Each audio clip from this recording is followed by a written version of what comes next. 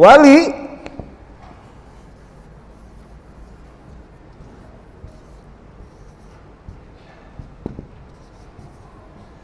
dia mustarokah, dia bisa berarti satu imamun,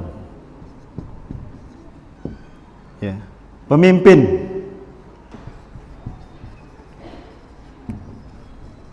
atau amirun, amirun, pemimpin. Yang kedua, wali bisa berarti wazirun. Wazir, apa arti wazir? Pembantu, parlemen, menteri, bendahara. Umar bin Khattab survei ketika jadi khalifah, beliau survei kepada satu wilayah, ingin tahu bagaimana manajemen gubernurnya. Coba aku ingin lihat bagaimana laporan keuangan kalian. Ya, kalau tidak salah Abu Musa al-Asy'ari gitu, sahabat Abu Musa al-Asy'ari. Ya, ditanya sama Umar, bagaimana? Mana coba laporannya? Ya. Nah, dilihat, bagus sekali ini laporannya.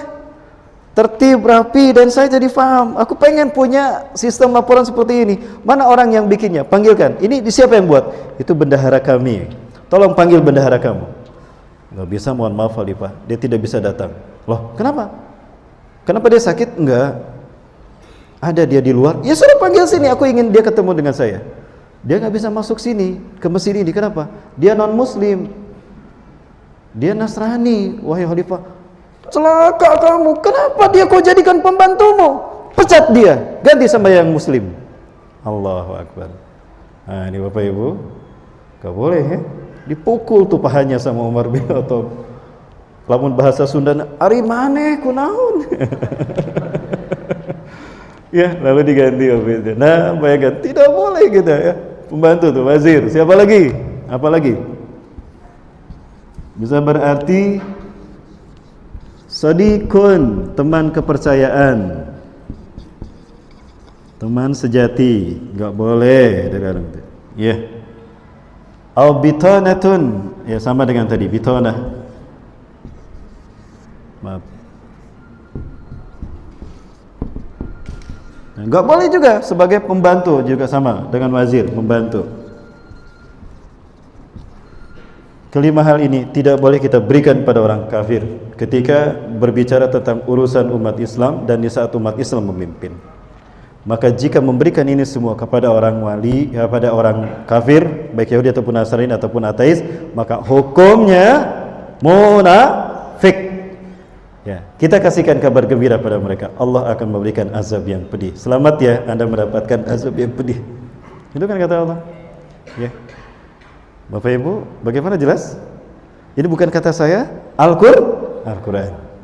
Ya. Basyiril munafiqina bi anna lahum adzaban alima. Berikan kabar gembira pada orang munafik, mereka akan mendapatkan azab yang pedih. Siapa? Alladzina yattakhidunal kafirin awliya min dunil mu'minin. Yaitu orang-orang yang menjadikan orang kafir sebagai pemimpin, pelindung, penolong, teman setia. Oh, nasirun yang kelima. Nasirun, penolong. Tidak boleh kita memberikan ini kepada orang-orang muslim. Nah, Bapak Ibu yang dirahmati Allah, maka semua ini akan mereka batalkan dengan cara toleransi. Kita kan bukan negara Islam, ya. Kita kan negara Bhinneka Tunggal Ika. Ini hak asasi, nggak boleh kayak gitu. Nah, nanti akan dibikin undang-undang yang seperti kita ini akan ditangkap nanti. Nah, inilah resiko di akhir zaman, Bapak Ibu. Baik, saya ingin bertanya pada Bapak Ibu sekalian. Dari akidah saya Bapak Ibu, tolong jawab dengan keyakinan Bapak Ibu sekalian. Boleh? Boleh ya? Baik Bapak Ibu, wajib tidak kita mentaati Allah? Wajib. Kalau kita tidak mentaati Allah, hukumnya kafir. Betul? Ya, sekali lagi, Bu, wajib tidak Bu kita mentaati Allah, Bu? Kalau kita tidak mentaati Allah, kafir. Pertanyaan berikutnya Pak, Bu, tolong jawab dengan tegas juga. Sudahkah kita mentaati Allah? Sudah belum kita mentaati Allah? Bingung ya? Kenapa bingung? Karena kita tidak tahu apa ukurannya. Itu Bu, dulu saya kayak gitu Bapak Ibu. Saya tanya sama kiai saya, maka kiai, ini kiai saya nguji saya waktu itu. Jawabannya apa Bapak Ibu? Ukuran ketaatan kita bukan dari pakaian kita, ya, bukan dari hijab yang kita gunakan, bukan dari sholat kita. Orang kafir, orang munafik juga sholat kok. Mereka pakaiannya juga rapi-rapi kok. Itu bukan ukuran. Lalu apa ukuran ketaatan kita kepada Allah? Taat kepada Rasulullah. Quran surat An-Nisa ayat ke-80. A'udzubillahi minasyaitonirrajim. May yuti'ir rasula faqad ata Allah. Barang siapa yang mentaati Rasulullah, sungguh dia telah mentaati Allah.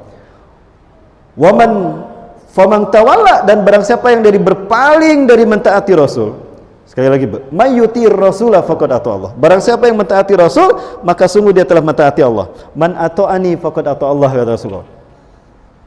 Jadi ukuran ketaatan kita kepada Allah. Nah, jika berpaling dari mentaati Rasulullah, wa man tawalla fama arsalnaka alaihim hafidha. Jika berpaling dari mentaatimu Muhammad, aku mengutusmu bukan untuk memelihara mereka. Biarkan mereka Muhammad. Urusan aku, apakah mereka aku azab ataukah mereka aku ampuni, urusan aku. Ini Bapak sekalian yang tadi ya, ukuran ketaatan kita kepada Allah. Taat kepada Rasulullah SAW. Nah, karena Rasulullah menjadi ukuran ketaatan kita kepada Allah, sementara taat kepada Allah wajib, maka mentaati Rasulullah hukumnya wajib. Kalau tidak taat pada Rasul, hukumnya kafir. Pertanyaannya, sudahkah kita mentaati Rasulullah? Berat juga jawabnya ya Bapak Ibu. Kapan kita ketemu Rasulullah? Allah gaib, Rasulullah gaib bagi kita sekarang karena sudah tidak ada. Karena Rasulullah pun sudah tidak ada. Para sahabat bisa diukur ketaatannya kepada Allah karena Rasulullah ada di tengah-tengah mereka. Betul? Rasulullah ada di tengah-tengah mereka. Lalu kita, Allah gaib, Rasulullah sudah tidak ada. Lalu dengan apa ketaatan kita kepada Allah diukur? Nah, jangan kita olah dengan logika kita, tapi kembalikan pada Quran dan Sunnah, karena perintah ini ada pada Quran dan Sunnah. Baik, jawabannya apa? Quran surat An-Nisa ayat 59. Ya ayyuhalladzina amanu atiiullaha wa atiiur rasul wa ulil amri minkum. Hai orang-orang beriman, taatlah kamu kepada Allah. Aduh, susah tadi. Ya. Yang disuruh siapa Bapak Ibu? Yang disuruh adalah orang-orang beriman.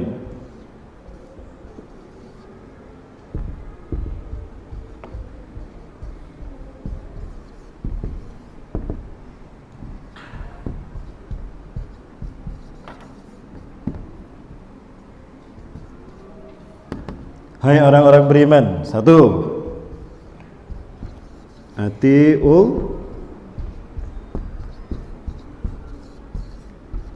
taatlah kamu kepada Allah.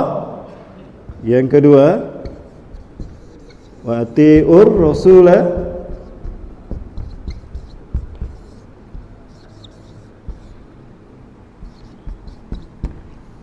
Yang ketiga,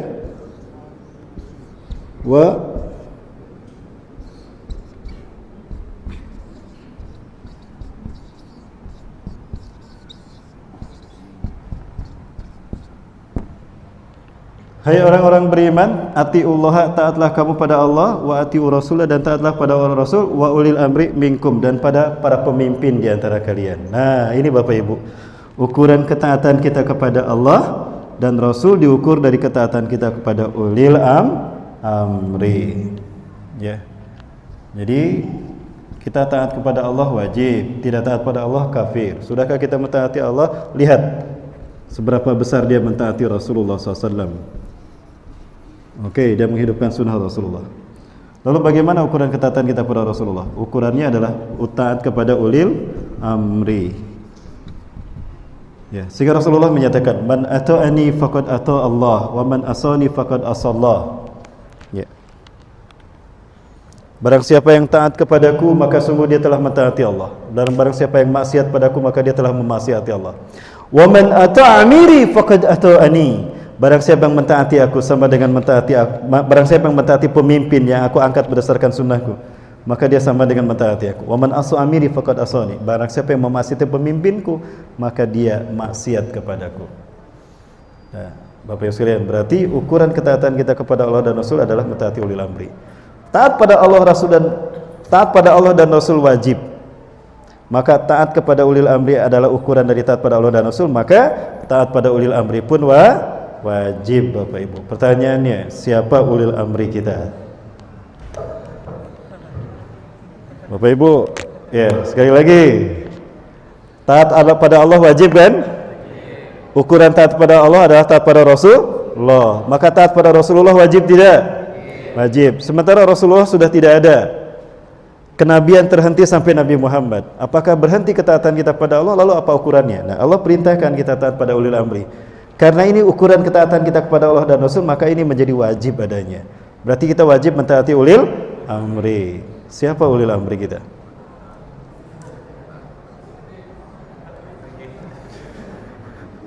Presiden?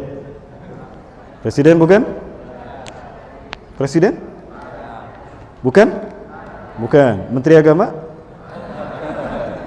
Menteri Agama bukan? Loh, kenapa? Ketua MUI?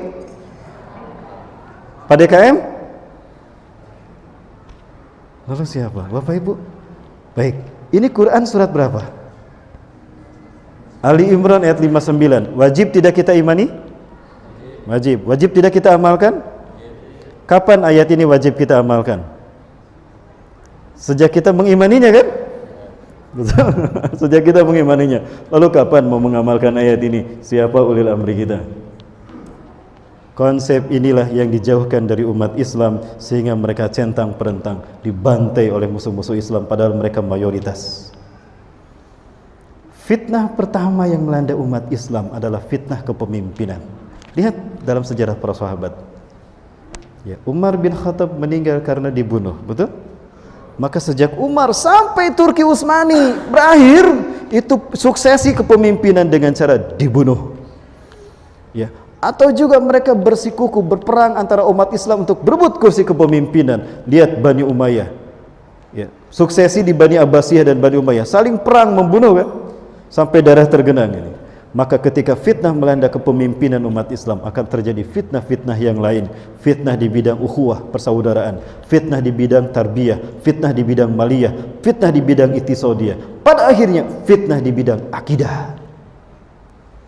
Bermula dari fitnah kepemimpinan umat. Kenapa? Kita dijauhkan dari Quran dan Sunnah. Padahal mengamalkan Quran dan Sunnah adalah bagian mengamalkan Islam. Dan mengamalkan Islam dilindungi Undang-Undang Dasar 1945 kan? Betul? Dilindungi Undang-Undang Dasar 45. Nah, mentok mereka, oh iya ada undang-undangnya. Kalau begitu amandemen undang-undangnya. Nah, pada akhirnya mereka menjebak kita. Bapak Ibu, inilah hal-hal yang bisa membatalkan akidah kita.